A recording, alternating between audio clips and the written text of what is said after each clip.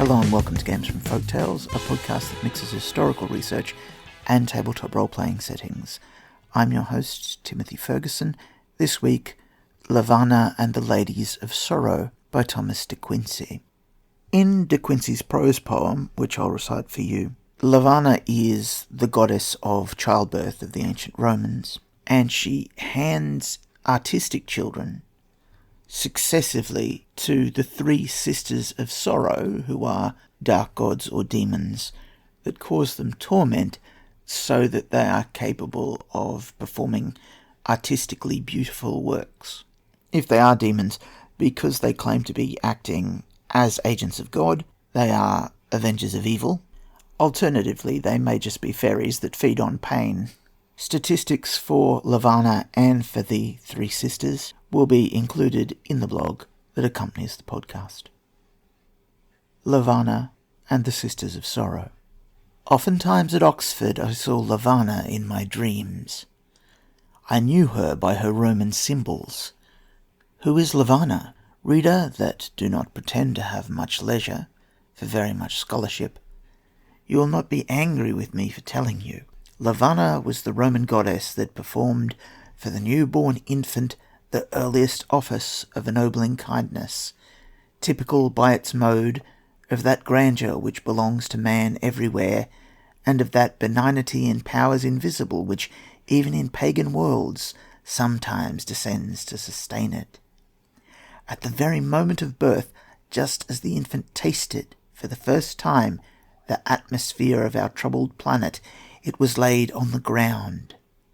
But immediately, lest so grand a creature should grovel there for more than one instant, either the paternal hand as proxy for the goddess Levanna, or some near kinsman as proxy for the father, raised it upright, bade it look erect as the king of all this world, and presented its forehead to the stars, saying, perhaps, in his heart, "Behold, what is greater than yourselves?"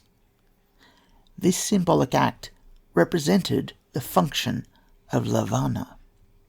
And that mysterious lady, who never revealed her face except to me in dreams, but always acted by delegation, had her name from the Latin verb, as still it is the Italian verb, levare, to raise aloft.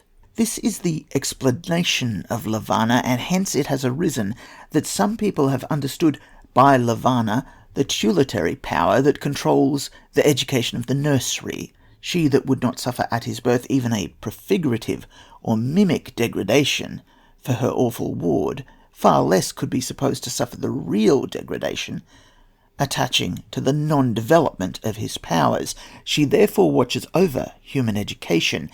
Now the word educo, with the penultimate short, was derived by a process often exemplified in the crystallization of languages from the word educo, with the penultimate long. Whatever educes or develops, educates. By the education of Levanna, therefore, is meant not the poor machinery that moves by spelling books and grammars, but by that mighty system of central forces hidden in the deep bosom of human life, which by passion, by strife, by temptation, by the energies of resistance, works forever upon children, resting not night or day, any more than the mighty wheel of day and night themselves, whose moments, like restless spokes, are glimmering forever as they revolve. If, then, these are the ministries by which Levanna works, how profoundly must she reverence the agencies of grief. But you, reader, think that children are not liable to such grief as mine. There are two senses in the word generally. The sense of Euclid, where it means universally, or in the whole extent of the genus, and in a foolish sense of this word, where it means usually. Now, I am far from saying that children universally are capable of grief like mine, but there are more than you ever heard of who die of grief in this island of ours. I will tell you a common case. The rules of Eton require that a boy on the foundation should be there 12 years. He is superannuated at 18, consequently he must come at 6. Children torn away from mothers and sisters at that age not unfrequently die. I speak of what I know. The complaint is not entered by the registrar as grief, but that it is. Grief of that sort, and at that age, has killed more than have ever been counted amongst its martyrs. Therefore it is that Levanna often communes with the powers that shake a man's heart. Therefore it is that she dotes on grief.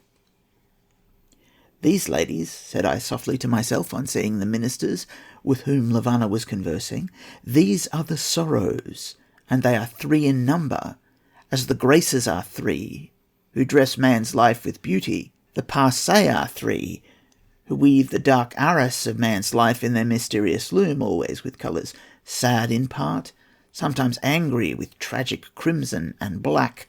The Furies are 3, who visit with retribution, called from the other side of the grave, offences that walk upon this, and once even the Muses were but 3, who fit the harp, the trumpet, or the lute, to the great burdens of man's impassioned creations. These are the sorrows, all 3 of whom I know. The last words I say now, but in Oxford I said, one of whom I know, and others too surely I shall know. For already in my fervent youth I saw, dimly relieved upon the dark background of my dreams, the imperfect lineaments of the awful sisters. These sisters, by what name shall we call them? If I say simply the sorrows, there will be a chance of mistaking the term. It might be understood of individual sorrow, separate cases of sorrow, whereas I want a term expressing the mighty abstractions that incarnate themselves in all individual sufferings of man's heart, and I wish to have these abstractions presented as impersonations, that is, clothed with human attributes of life, and with functions pointing to flesh. Let us call them, therefore, our ladies of sorrow. I know them thoroughly, and have walked in all their kingdoms. 3 sisters they are, of one mysterious household, and their paths are wide apart, but of their dominion there is no end. Them I saw often conversing with Levanna, and sometimes about myself. Do they talk then? Oh no! Might phantoms like these disdain the infirmities of language? They may utter voices through the organs of man when they dwell in human hearts, but amongst themselves there is no voice nor sound. Eternal silence reigns in their kingdoms. They spoke not as they talked with Levanna.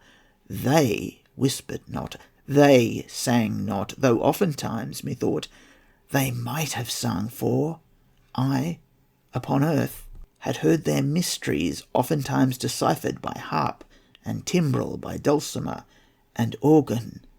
Like God, whose servants they are, they utter their pleasure, not by sounds that perish or by words that go astray, but by signs in heaven, by changes on earth, by pulses in secret rivers, heraldries painted on darkness, and hieroglyphs written on the tablets of the brain.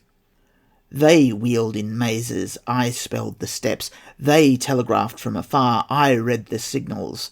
They conspired together, and on the mirrors of darkness my eye traced the plots. Theirs were the symbols, mine are the words. What is it the sisters are? What is it that they do? Let me describe their form and their presence, if form it were that still fluctuated in its outline, or presence it were that forever advanced to the front, or forever receded amongst shades. The eldest of the 3 is named Mater Lacrimarum, Our Lady of Tears. She it is that night and day raves and moans, calling for vanished faces. She stood in Ramah, where a voice was heard of lamentation, Rachel weeping for her children and refusing to be comforted.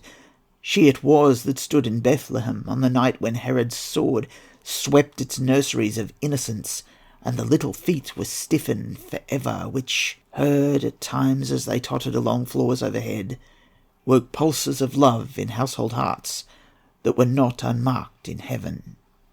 Her eyes are sweet and subtle, wild and sleepy by turns. oftentimes rising to the clouds, oftentimes challenging the heavens. She wears a diadem round her head, and I knew by childish memories that she could go abroad on the winds, when she heard the sobbing of litanies, or the thundering of organs, and when she beheld the mustering of summer clouds. This sister, the eldest, it is that carries keys, more than papal, at her girdle, which open every cottage and every palace. She, to my knowledge, sat all last summer by the bedside of the blind beggar, him that so often and so gladly I talked with, whose pious daughter, 8 years old, with sunny countenance, resisted the temptations of play and village mirth to travel all day long on dusty roads with her afflicted father. For this did God send her a great reward. In the springtime of the year, and whilst yet her own spring was budding, he recalled her to himself. But her blind father mourns for ever over her. Still he dreams at midnight that the little guiding hand is locked within his own, and still he wakens to a darkness that is now within a second, and a deeper darkness. This Mater Lacrimarum has also been sitting all this winter of 1844-85 within the bedchamber of the Tsar, bringing before his eyes a daughter no less pious, that vanished to God not less suddenly, and left behind her a darkness not less profound. By the power of the keys it is that Our Lady of Tears glides a ghostly intruder into the chambers of sleepless men, sleepless women, sleepless children, from Ganges to Nile, from Nile to Mississippi. And her, because she is the firstborn of her house and has the widest empire, let us honour with the title of Madonna. The second sister is called Mater Suspiriorum, Our Lady of Sighs. She never scales the clouds, nor walks abroad upon the winds. She wears no diadem, and her eyes, if they were ever seen, would be neither sweet nor subtle. No man could read their story. They would be found filled with perishing dreams, and with wrecks of forgotten delirium. But she raises not her eyes. Her head, on which sits a dilapidated turban, droops forever, and forever fastens on the dust. She weeps not, she groans not, but she sighs inaudibly at intervals. Her sister Madonna is oftentimes stormy and frantic, raging in the highest against heaven, and demanding back her darlings. But Our Lady of Sighs never clamours, never defies, dreams not of rebellious aspirations. She is humble to abjectness. Hers is the meekness that belongs to the hopeless. Murmur she may, but it is in her sleep. Whisper she may, but it is to herself in the twilight. Mutter she does at times, but it is in solitary places that are desolate, as she is desolate in ruined cities, and when the sun has gone down to his rest. This sister is the visitor of the pariah, of the Jew, of the bondsman to the oar in the Mediterranean galleys, and of the English criminal in Norfolk Island, blotted out from the books of remembrance in sweet far-off England, of the baffled penitent, reverting his eyes for ever upon a solitary grave, which to him seems the altar overthrown of some past and bloody sacrifice, on which altar no oblations can now be availing, whether towards pardon that he might implore, or towards repatriation that he might attempt. Every slave that at noonday looks up to the tropical sun with timid reproach, as he points with one hand to the earth, our general mother, but for him a stepmother, as he points with his other hand to the Bible, our general teacher, but against him sealed and sequestered, every woman sitting in darkness, without love to shelter her head, or hope to illumine her solitude, because the heaven-born instincts kindling in her nature, germs of holy affections which God implanted in her womanly bosom, have been stifled by social necessities, now burn sullenly to waste, like sepulchral lamps amongst the ancients. Every nun defrauded of her unreturning Maytime by wicked kinsmen, whom God will judge, every captive in every dungeon, all that are betrayed, and all that are rejected outcasts by traditionary law, and children of hereditary disgrace, all these walk with Our Lady of Sighs. She also carries a key, but she needs it little for her kingdom. is chiefly amongst the tents of Shem, and the houseless vagrant of every clime, yet in the very highest walks of man she finds chapels of her own. And even in glorious England there are some that, to the world, carry their heads as proudly as the reindeer, who yet secretly have received her mark upon their foreheads. But the third sister, who is also the youngest, hush, whisper whilst we talk of her. Her kingdom is not large, or else no flesh should live. But within that kingdom all power is hers. Her head, turreted like that of Cybele, rises almost beyond the reach of sight. She droops not, and her eyes, rising so high, might be hidden by distance, but being what they are, they cannot be hidden. Through the treble veil of crape which she wears, the fierce light of a blazing misery that rests not for matins or for vespers, for noon of day or noon of night, for ebbing or for flowing tide, may be read from the very ground. She is the defier of God. She is also the mother of lunacies and the suggestress of suicides. Deep lie the roots of her power, but narrow is the nation she rules.